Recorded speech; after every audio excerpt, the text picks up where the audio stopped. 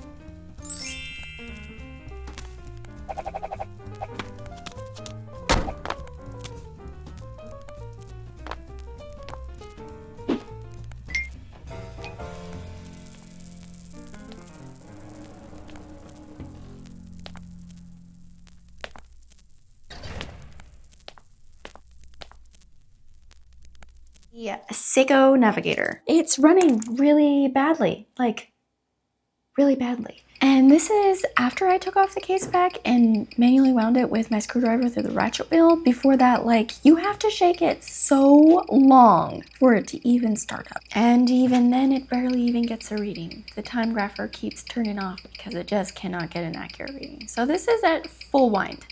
I have a whole story behind it, and I'll get into that in a minute. But it is in dire need of service. He has not been able to wear it thus far because it needs a service so badly. That's what we have on the bench today. Without further ado, let's get going on it. Oh my gosh. Little stinker. Okay, maybe we'll go in from this side. This is not the original bracelet. Looks like somebody's had troubles getting this on and off in the past.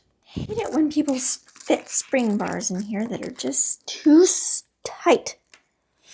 And you can't get them off.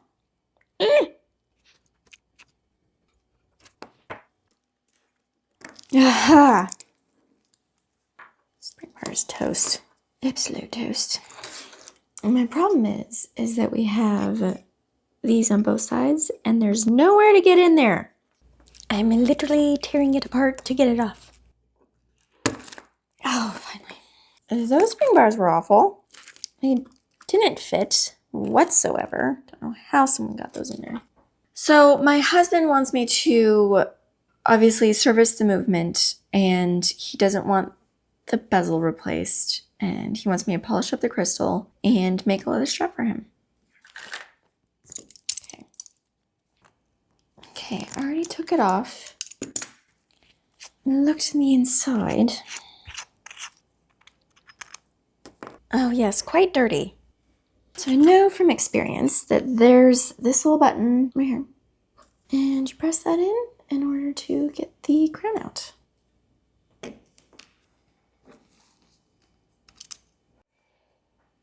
This is tritium, and we did notice that this guy here has been redone. Someone has messed with it, because if you can tell, it's not centered completely and doesn't look like the rest. This came out. We have the hands we have to extract now.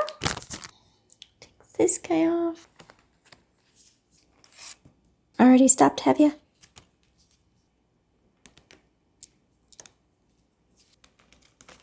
Seconds hand, minute hand, hour hand, and GMT hand. All these into a safe spot.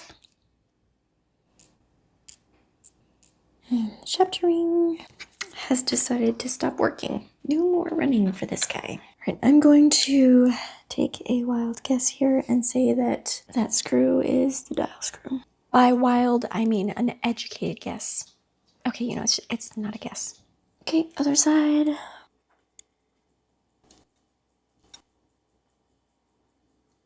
Okay.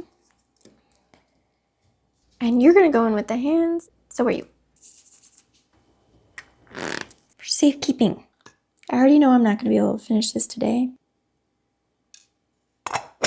because I have a new mainspring on order. Okay, here we go. Cannon pinion remover. A wonderful invention. I'm gonna flip it around to the other side. Well, if you follow me along, you'll know that a lot of the times the watches I service, I don't know anything about their past. This one I actually know a little bit about its past, and I have a story about it since it's been with me. I want to inspect this balance first thing. Why would you want to do that, Kachuri? Because a watchmaker told me, and I quote, I need a new balance pinion.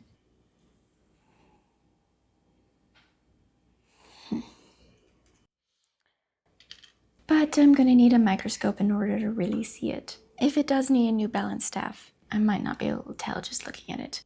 Okay, let me rewind here. My friend found an estate sale and he knew that there was watches there and he went with the intent to purchase all the watches that they had. He messaged me a few hours later and was like, yeah, there's no way. There are so many watches here and well over $10,000 worth of watches. So he went back to the estate sale and talked to the estate sale manager, and they worked out a deal that he was going to fix up where needed these watches and sell them for the widow. Of course, he would get a small percentage of that. He ended up showing me a couple pictures of the first amount of watches that he had gotten. Mind you, there was so many watches, well over 100, I'm sure. And I was shocked. There was a Seiko turtle there that I wanted for Devin. There was a vintage military field watch there. There was 2 Benrus Type 1s, and there was the Seiko along with some other ones. And after a while of Morgan and I talking about these watches and him patiently waiting while I decided which watches I was going to pick out for Devin, I picked out this Seiko Navigator and a Type 1 Benrus, the one that had more aged loom because I knew Devin liked that. And even though I knew nothing about the watches I just picked out for him, I knew his taste in watches, and I really hoped he'd like these two. While we're still talking about this, yes, Morgan does still have a lot of watches, so go over, I'm going to put the link below, go over to his website and check out everything that this guy had. Amazing pieces over there, guys. No, honestly, I have to stop myself from checking out his site every week because there's a couple watches that I still want. Anyways, so Morgan shipped out this box with my watches in it. Inside of the box with the 2 watches was also some spring bars he gave me and a couple other small things. A couple days later, it arrived at my doorstep. The doorbell rang and I got extremely excited, jumped off my couch, ran to the door, but, you know, the delivery man ran away a little faster than me. Anyways, I saw the box and my heart plummeted. This poor box looked like someone had tossed it across the room and stepped on it and then put it on my doorstep. So yeah, I was really scared. I opened up said box and the bubble wrap that was in there was no longer bubble wrap. It was just deflated plastic. That's all it was. There were spring bars loose and flying everywhere in there. I'm sure some of them were lost along the way, even though he did tape up the little boxes they came in before sending them out. So the Seiko Navigator, it did need a service when he sold it to me, and I knew that. The Benrus was in worse shape. The crystal was cracked, and it definitely needs a new one. The rotor was loose and shaking around in there. You try winding it and it just constantly clicks. So it needs some serious work after all this, and it did not need a service before. I'll actually show you a picture of what the time grapher reading was before and what it is now.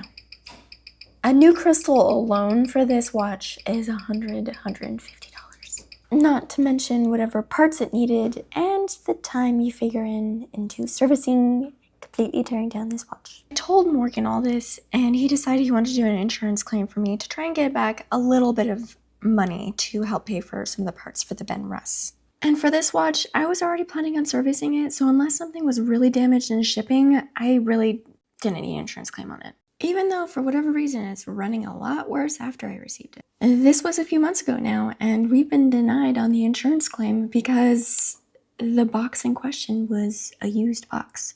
People have sent things to me in macaroni, cheese boxes, and cereal boxes. And those ones arrived in better condition than this. But, you know, at the end of the day, oh well, I love these watches. But in the meantime, they required a couple things from us. One of those being that they needed a quote from a watchmaker. And if you have been around for my Spark video, you'll know that the closest one to me is someone I've dealt with before. Okay. I need to wait for that part in before I can reassemble, which hopefully will come in tomorrow. I'm gonna inspect that balance wheel. See if there's really something wrong with it.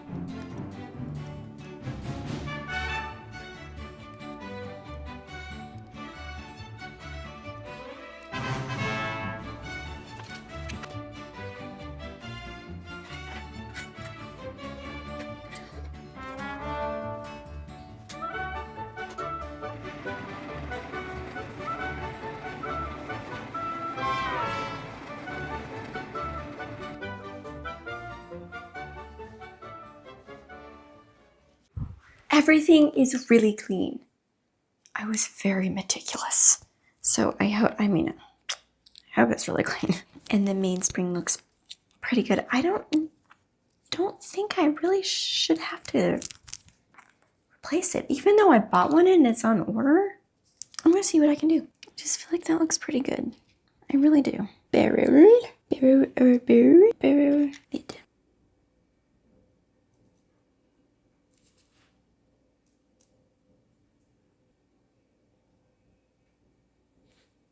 No expert, but I'm hoping that'll do. I'm going to take a very thin layer of Mobius 8200. I'm going to put it on this watchmaker paper.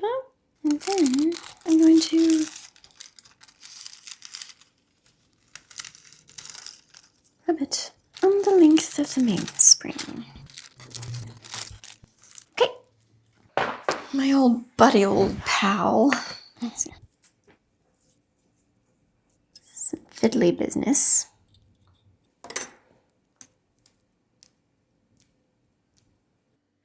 It worked! For once! This is the first time I think this is the first time I've ever successfully used that. It's quite nice when it works, isn't it? Got this little handy vise here. Okay, let's see. Yep. There we go. Now we just... Oh, there we go. That was pretty smooth. Wow.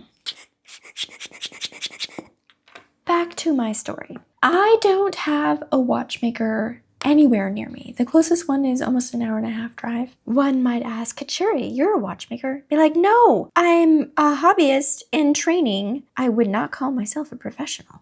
So I decided to go ahead and call them to see if they would give me a quote over the phone for what I have. And they said, no, we're not accepting any mechanical services. We're booked out. I was like, well, could I get a quote? And even if I get like on a waiting list perhaps? And he's like, no. I was like, okay. So I drove there. It was actually a different guy than who had answered the phone. I think the guy's apprentice that helped me. And I told him my situation. He's such a nice guy. He said he would look at it for me. I brought the Ben Russ for the insurance claim, and I brought her along the navigator just to see what he would say. Wait, hang on. I gotta try something. Here's a trick someone told me to try. If you think you've got them almost all outlined, and then you just tap. Okay.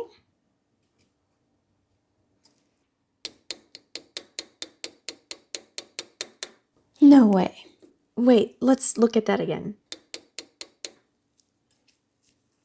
No way. They're all in. Oh my gosh, I hope you saw that. A wonderful trick. Kind of shocked. But I wouldn't know if it wasn't for the people who tell me things on my channel. So I left my watches with this man for a few hours, went to Costco and whatnot, came back, and he had quoted me at needing a new balance pinion replaced on the Seiko Navigator. And then for the Ben Russ, he said that a removal of a bezel and reset oscillating wheel plus a mainspring, $75. I get it. I also asked him though about the clicking when you wind the watch or try to wind it and it just continuously clicks. And he said, oh yeah. He's like, oh, I held it up to his ear. I was like, oh yeah, you're right. I didn't notice that before. And I was like, well, could that be like the barrel arbor slipping or something? And then he looked at me, of course, like completely shocked. And he's like, yeah, it could be. And then he was like, so for that, I would have to tear it down and do a complete service and check it out. And that was $225. So that's why I was looking at the balance staff on this watch to see if it was bent or needed to be replaced. And a huge thanks to this man who looked at my watches even though he was not accepting any services.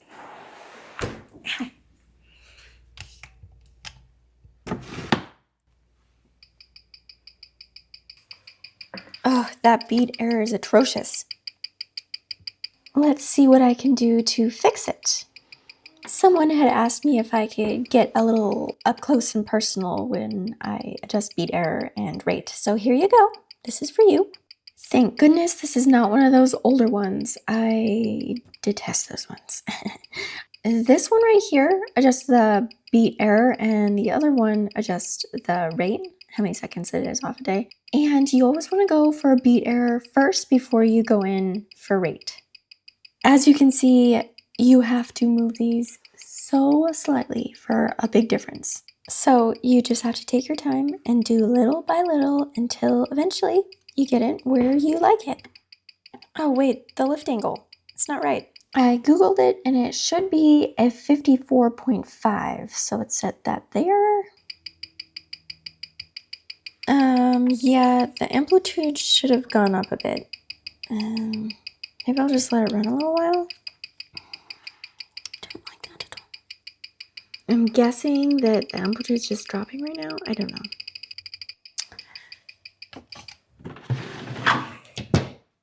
I let it run overnight and the amplitude has not gotten any better.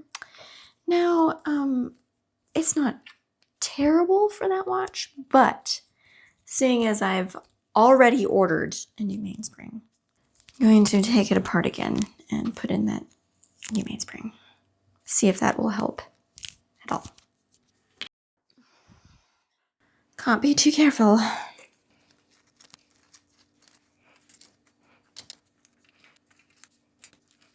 I don't know about this. Looks like there is quite a bit of wear in here.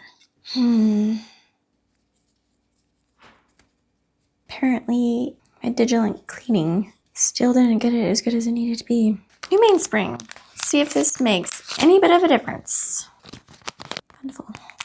Brand spanking new.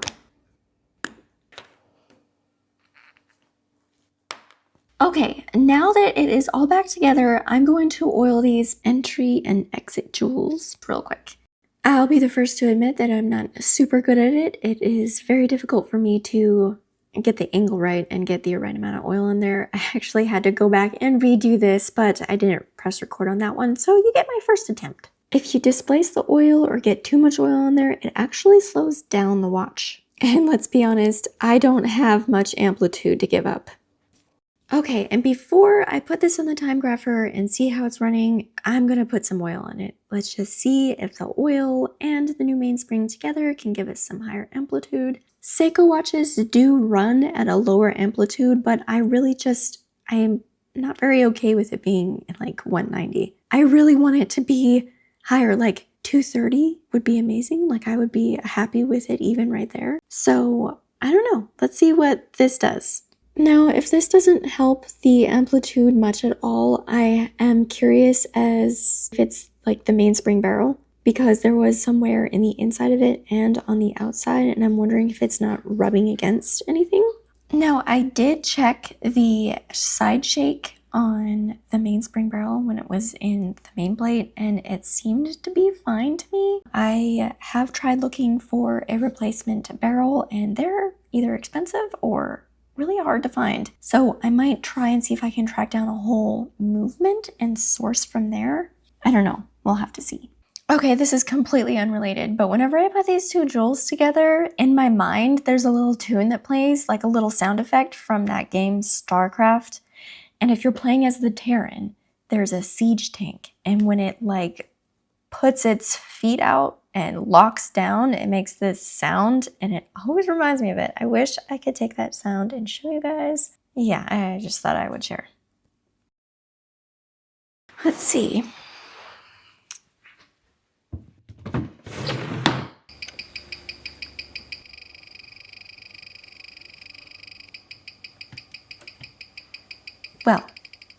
Chasing amplitude on Seiko seems to be a very common thing for me.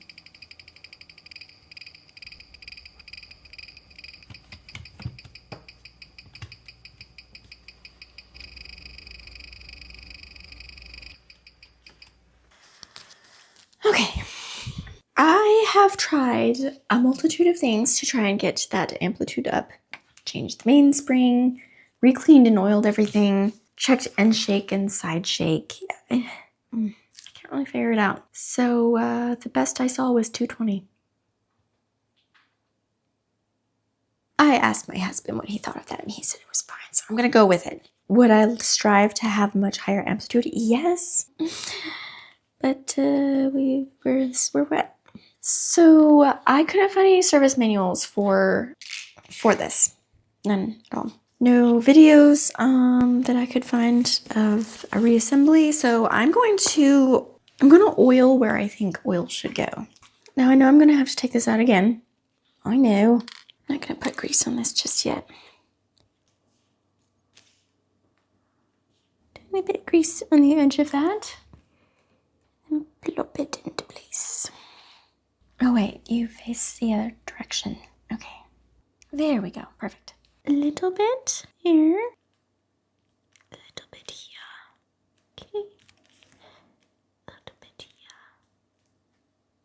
Well, if you've made it this far in my video, maybe you're interested in getting into watch repair. Just for the enjoyment of it. Maybe you want to try and flip watches. Maybe something else. I don't know.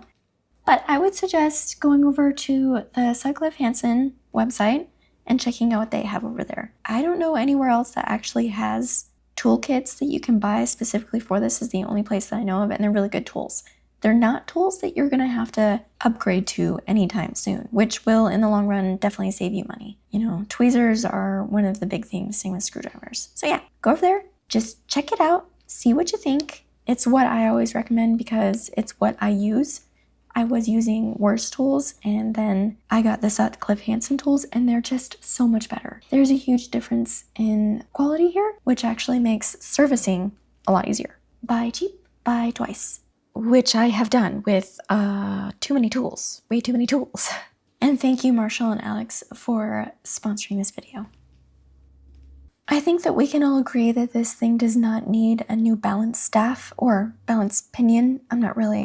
I think a balance staff is what a balance pinion is. I've just never heard it being called that before. But this guy literally told me that he's not accepting any services, and I brought them in anyway, and I just wanted to see if he would get me a quote.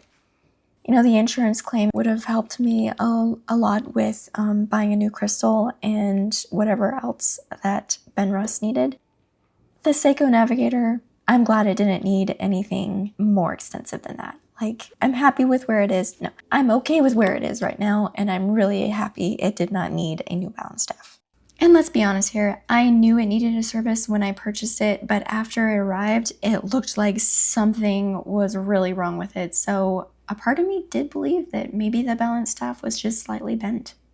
In the end, I ended up giving the watchmaker some money. He knew he was not going to be servicing these watches for me. He literally told me they're not accepting any, and he still looked at them for me and was just trying to do me a favor. It was really sweet of him.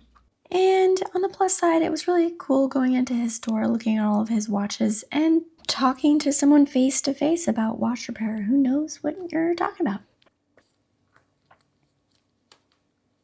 Just maybe I'll go and take this off because that's going to fall off anyways. Okay, we're going to do this tricky part. Here we go. And I forgot to tell you anything about where this watch came from. The guy who actually owned all these watches, his name was Robert. Him and his wife met and lived in Japan until they moved back here when his health started declining. Getting it on the sides rather than in a tree. Okay. Now, I don't know much about Robert, but I do know that he collected things. He collected, obviously, watches. He collected coins. He collected clocks. He collected toys. And if any of those collections were as magnificent as his watch collection, I would have liked to see what he had, because he had good taste in watches, that's for sure. And as I think about Robert and his collections, I can't help but wonder what his collections meant to him. Was it one of the things where he looked at his collections and appreciated them daily, or was it more of a collect as many as you can type thing? Find the rare ones, that kind of sort of thing. You never know what the intent behind someone's collection really is, and what it means to them. Boy, am I excited to get this thing done. And on to Devin's wrist.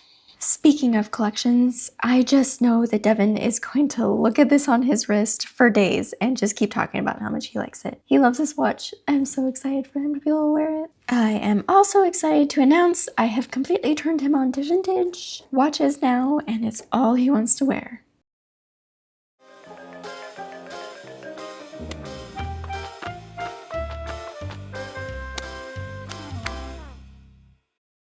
Could it be that we're almost done? Could it be? Am I completely happy with that amplitude? No, not really, but it's all right. Okay, I'm going to polish this crystal up a little bit for Devin. And I'm going to run this in the ultrasonic cleaner as well. I have to be very, very careful as to his, not get any of this here.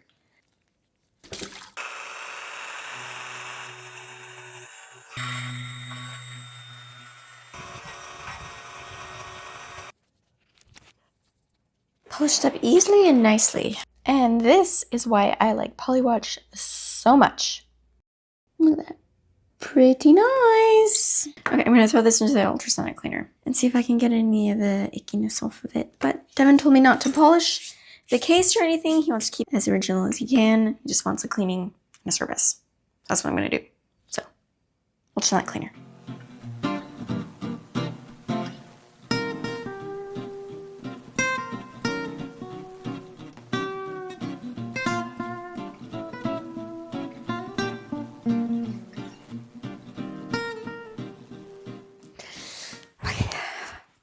Starting to get anxious because Devin will be home, and I wanted so badly to get this done for him.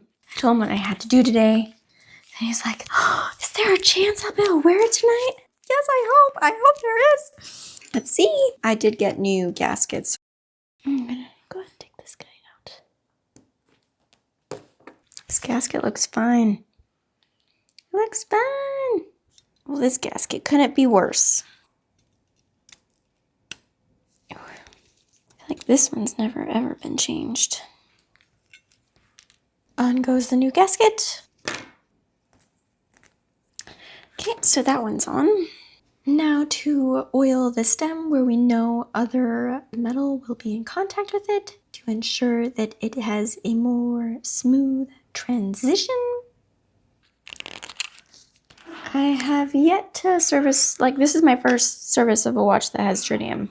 From what I know, tritium is not nearly as dangerous, but is still to be respected.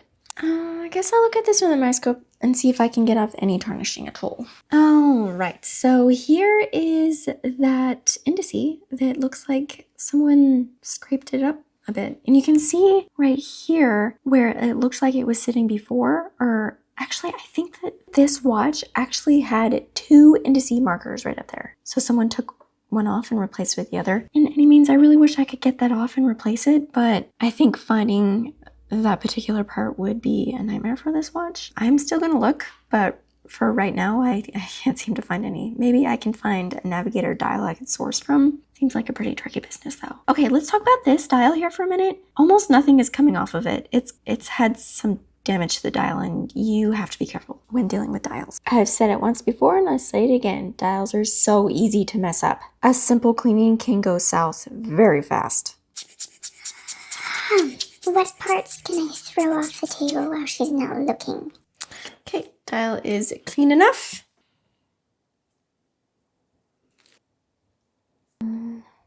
I'm gonna do some very light rubbing on this. This is tritium, so I don't want any of that to come off and for me to inhale it in. Even though it is not nearly as dangerous as radium, I still want to be careful here.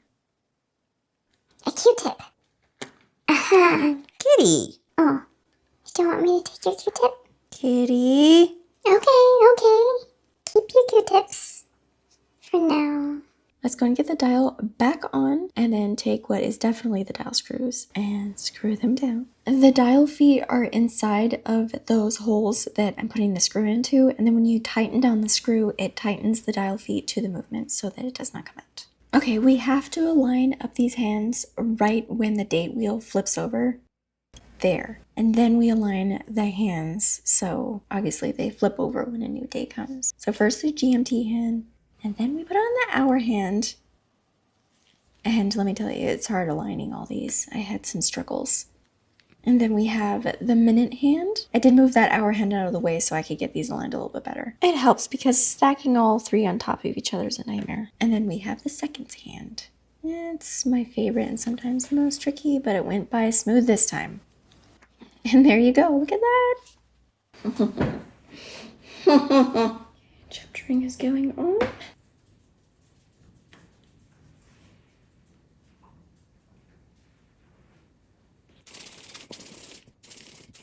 Devin's gotta be almost home. There's no way he's not. Okay, here we go. Let's get the case on. Oh my gosh, look at that. Oh, it's so pretty. Okay, I gotta get the crown in and locks down. Now let's go ahead and get that little movement holder ring here. It slides in. There we go.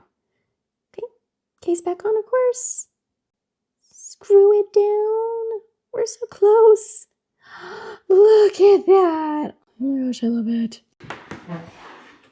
Had to very suddenly leave because Devin got home. Now, I'm gonna make him a strap. So here we have the navigator and it's running just fine. I did have a hiccup. I actually showed it to Devin because I was too excited. We put on the old bracelet and he wore it for a day. And then we were messing around with the chapter ring and everything. And then all of a sudden it was running really, really bad. And he's like, oh my God, it's 10 minutes fast. And I'm like, 10 minutes fast? So I had to go and look at it again. And apparently there was a hair wrapped around the hairspring.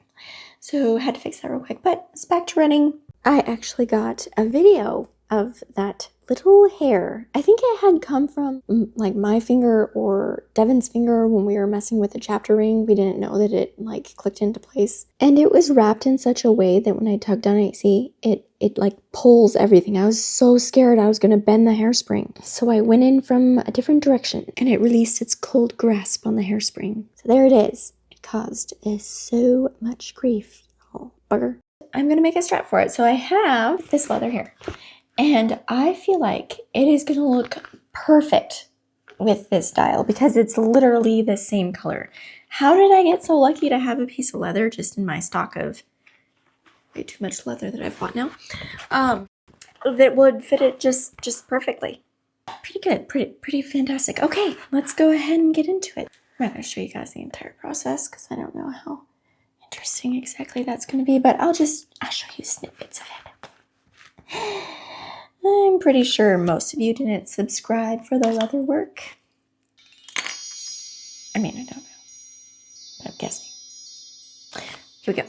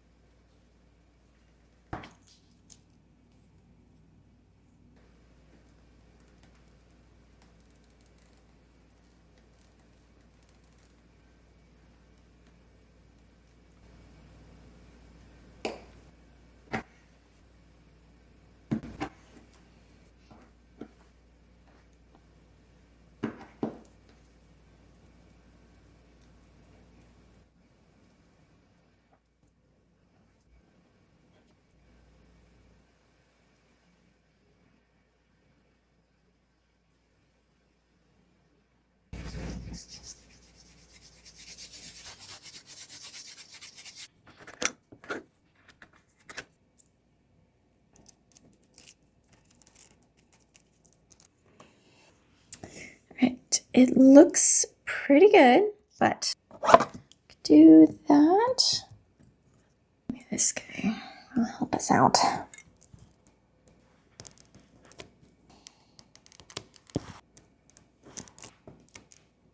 Okay. And you.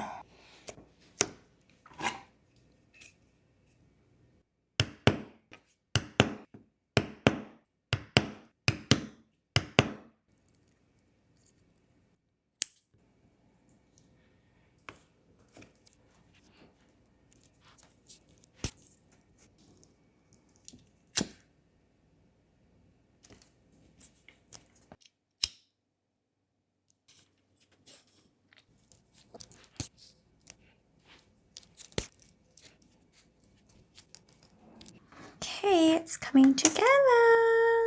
Now I need to add the buckle.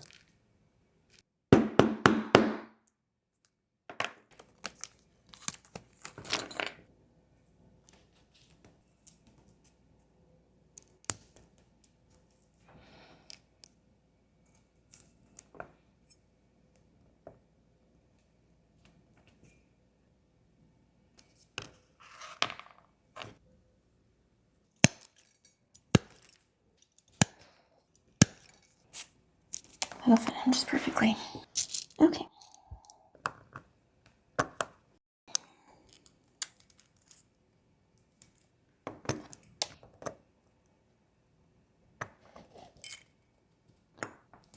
I like to use spring bars that are meant for it. Check it out. It's not too bad. I do say so myself. In fact, I think it's pretty nice. I hope that Devin likes it. You know, he's gonna like it. He will.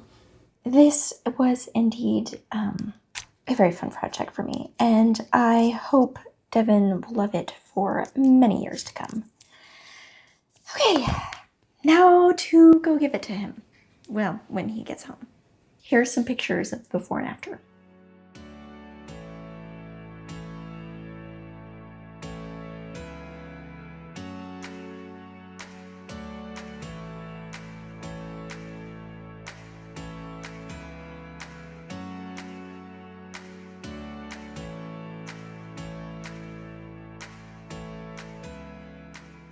Not a huge difference, but you know.